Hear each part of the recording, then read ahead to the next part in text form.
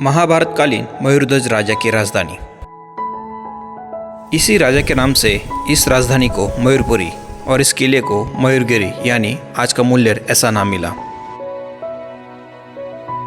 साल्लेर मुल्लेर कई समृद्ध राजधुरंधरों ने यहाँ पे राज किया।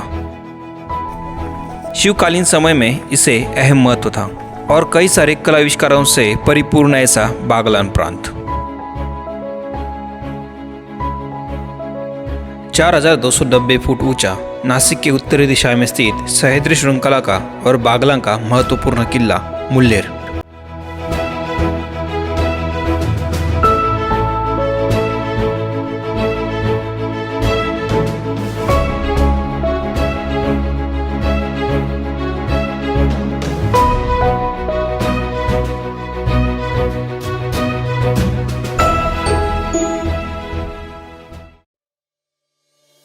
तो फ्रेंड्स अभी सुबह के 11 बज चुके हैं, हल्की सी बारिश हो रही है और अभी हम ऐसे पैच पे खड़े हैं जहाँ से लेफ्ट हैंड में हरगढ़ है, राइट हैंड में मुल्लेर है। तो हरगढ़ हमारा ऑलरेडी कवर हो चुका है, जिसका ऑलरेडी हमने एक्सप्लोर आपको वीडियो में दिखा है। अब हरगढ़ से सीधा एक रास्ता आता है जो सीधा मुल्लेर की तरफ जाता है और मुल्लेर मेरे बैक साइड में। अब ये फॉग के अंदर पूरा चला गया है, बट सिंपल रास्ता है, कोई भटकने का चांसेस नहीं है। इस ट्रैक को स्टार्ट करने से पहले हमारी हुनर शेफ अस्मी मैडम ने हमें रात का चावल पेट भर के खिलाया।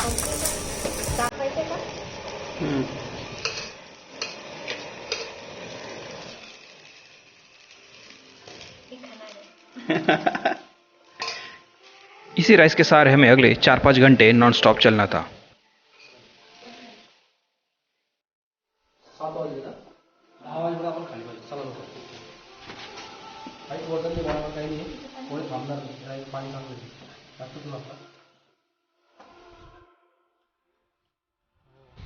सुबह ठीक 7 बजे गणेश टेम्पल से हम हरगढ़ के लिए रवाना हो गए और अगले 2 घंटे के अंदर हमने इसको अंजाम दे दिया।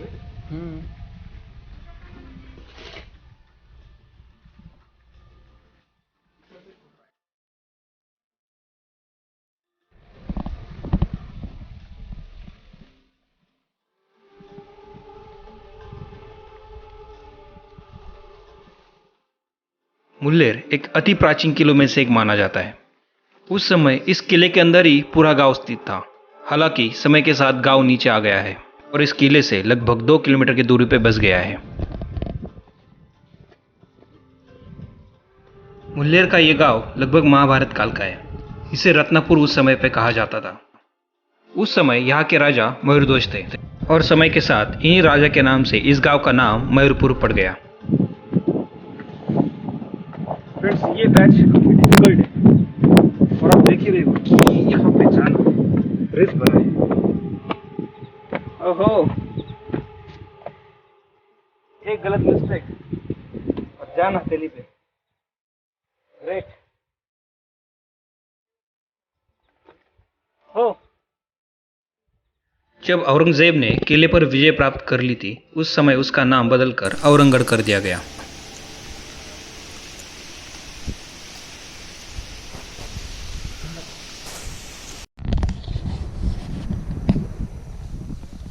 जो रास्ता आपको जैसे लगे कि वहाँ पे पैदल मतलब कॉन्स्टेंटली लोग जा जाकर उसको एक रेगुलर रूटीन रास्ता बन चुका है, उसी रास्ते से आपको जाना है।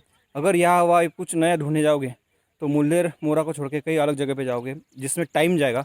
और अगर यहाँ पे टाइम इंपॉर्टेंट है, अगर आपको तीनों फोर्स एक दिन में अंदर एक्सप्लोर करना है वो भी रिलैक्स के साथ, तो प्रॉपर रास्ते से आपको जाना पड़ेगा।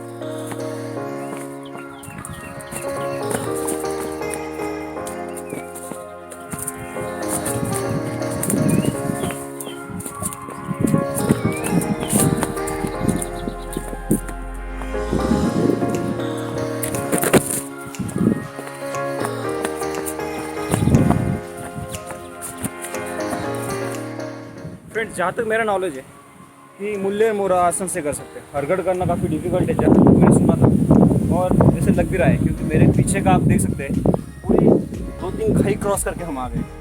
यहाँ से मुल्लेरवाड़ी का पीछे का बैक कौन सा village I don't know. And यहाँ पे हमें एक गाइड मिले।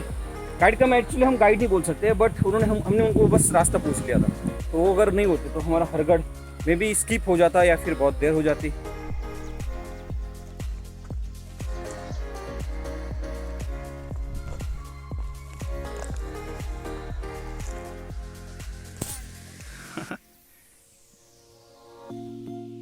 पुराणों में मुल्लेर का उल्लेख मिलता है, लेकिन इसकी ठोस जानकारी अगर आपको चाहिए होगी तो 14वीं शताब्दी के पहले दशक में मिल सकती है और इस किले का निर्माण बागुल राजाओं ने किया था।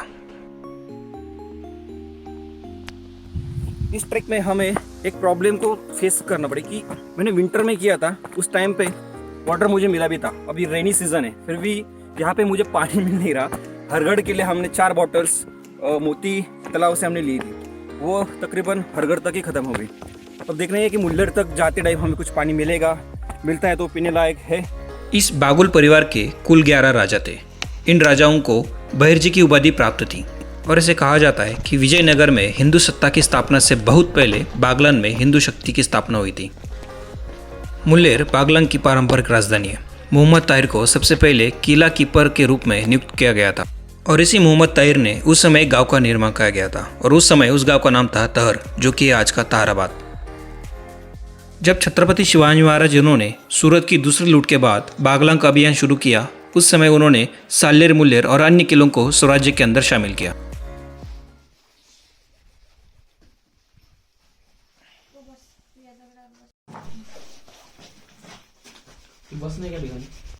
तो ओनली सुबह के राइस के ऊपर हम लोग हरगढ़ कंप्लीट किया, मुल्लेर का टॉप तक आ गए, बट बीच में हमने ये सैंडविच का कुछ प्रोग्राम किया है। इस तरह का ऐसा कुछ सैंडविच है, आई डोंट नो कैसे होगा बट होगा। ये पिक्चर में यूट्यूब चालू किया है और पहला सैंडविच इसको चाहिए बनाने वाले होगा। कांदा है क्या उसमें? हाँ कांदा।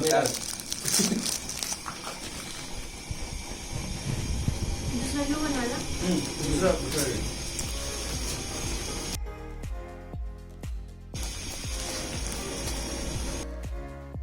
हेलो फ्रेंड्स, सैंडविच खा ला। सुपर लगते हो। पुदीने की चटनी तो बढ़ गई, बस सही है। ये इस मौके पे ऐसे लोकेशन पे ऊपर से बारिश चल रही, बीच में हम सैंडविच खा रहे, क्या चाहिए इसको?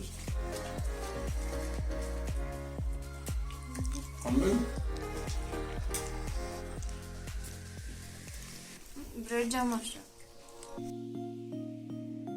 मोती तालाब से दाहिनी ओर लगभग आधा घंटे चलने के बाद हम किले के मुख्य प्रवेशद्वार तक आ गए।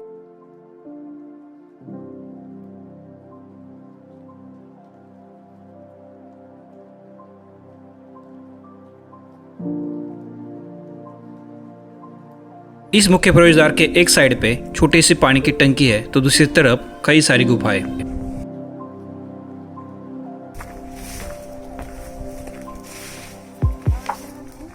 मराठों ने पहली बार सन 1671 में मुल्लेर पर हमला किया, लेकिन किले के रखवाले ने उन्हें खदेड़ दिया। तब मराठों ने आवाज लगाई और सन 1672 में सालेर की लड़ाई में मुल्लेरगढ़ पर भी कब्जा कर लिया।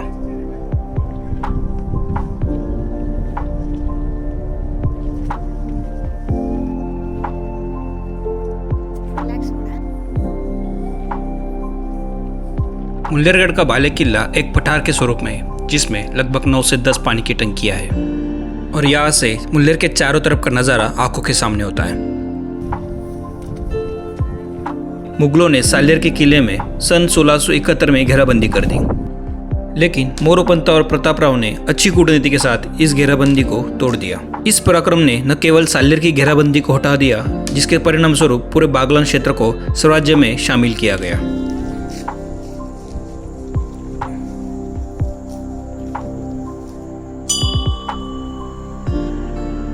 मुल्लेर के इस बाले किले पर महल के कुछ खंडर देखने को मिलेंगे और साथ ही ये भदंगनाथ का टेम्पल।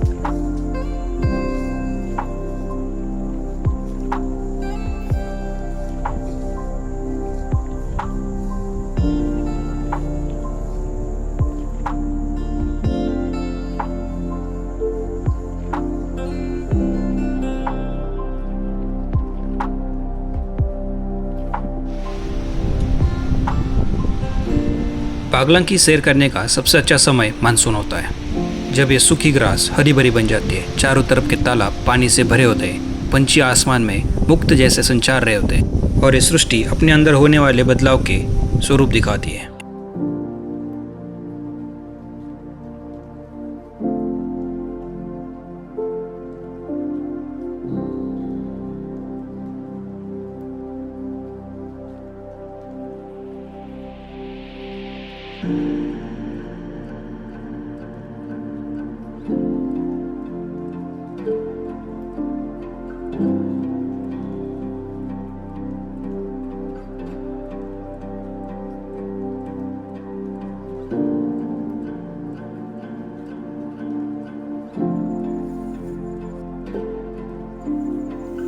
भड़ंगनाथ मंदिर के बगल में एक ऊंची पहाड़ी दिखती है।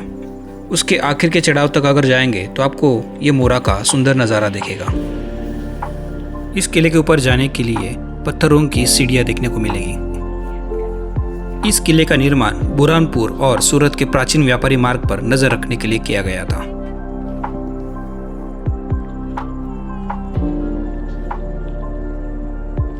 छत्रपति शिवाजी महाराज की जय।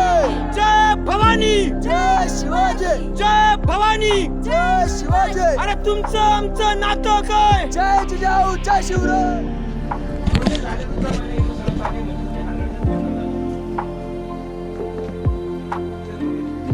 इस किले के ऊपर जाने के लिए मुल्लेर के पूरब की ओर से नीचे जाने वाली कुछ सीढ़ियाँ आपको दिखने को मिलेगी। आज के दिनों में इस सीढ़ियों की हालत बहुत ही खराब हो चुकी है। बड़े बड़े पत्थर इसके अंदर आ गिरे हैं।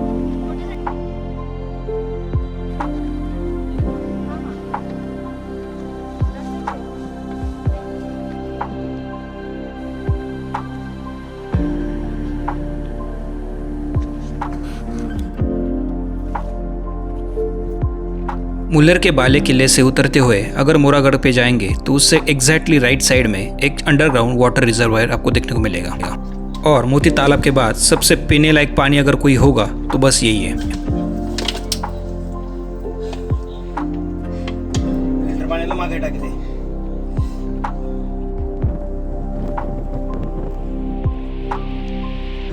मोरागढ़ ये मुल्लेर का ही एक पार्ट है। ट्रेकर के पॉइंट ऑफ व्यू से इसे कवर करना बहुत ही आसान है। इतिहास में इस किले के निर्माण के बारे में एक भी ऐसा कोई कागज उपलब्ध नहीं है। इसे बस आजू बाजू के इलाके में नज़र रखने के लिए इसका निर्माण किया गया था। इस किले पर रहने लायक कोई भी जगह अवेलेबल नहीं है। मुल्लेर के बाले किले से मोरागढ़ एक्सप्लोर करने के लिए ओनली 45 मिनट्स का समय लगता है। किले के ऊपर 2-3 पानी की टंकियाँ हैं, एक सुंदर तालाब है और 2-3 वास्तु के शेष अवशेष है। बाकी इसके अलावा इस फोर्ट के ऊपर ज़्यादा कुछ नहीं है। गर्मी के दिनों में यहाँ के क्षेत्र में पानी की बहुत सारी समस्याएं सामने आती है।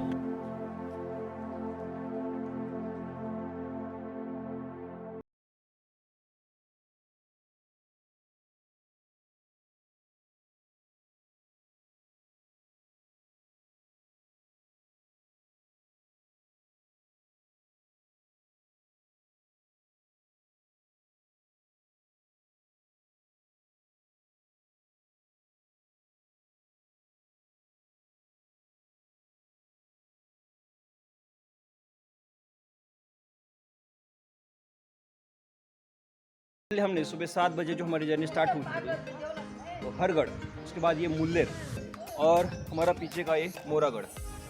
तो जहाँ तक आपने मेरा ये व्लॉग पिछली बार देखा होगा आई डोंट नो, बट मैं इस बार फिर भी आपको हिंदी में आपको रिवर्ट कर देता हूँ कि यहाँ पे मैं अभी खड़ा हूँ सोमेश्वर टेम्पल में। आप देख सकते हो मेरे पीछे टेम्पल है और इस टेम्पल की खासियत ऐसी है कि जब उत्तरायण चलता है महाराष्ट्र के अंदर तो सुबह का जो सूरज की रोशनी होती है वहाँ पे एक मोरागढ़ के ऊपर वहाँ पे एक छोटा सा दरवाजा है। तो उस दरवाजे से सूरज की सुबह से रोशनी यहाँ से सीधा टेम्पल के अंदर आती है। टेम्पल के सामने भगवान शिव जी के जो वाहन है नंदी बैल, उनके सामने से एग्जैक्टली एक छोटा सा पॉकेट है। तो वहाँ से सनराइज सीधा 15 फीट अंदर भगवान शिव जी के लिंग के ऊपर जाता है।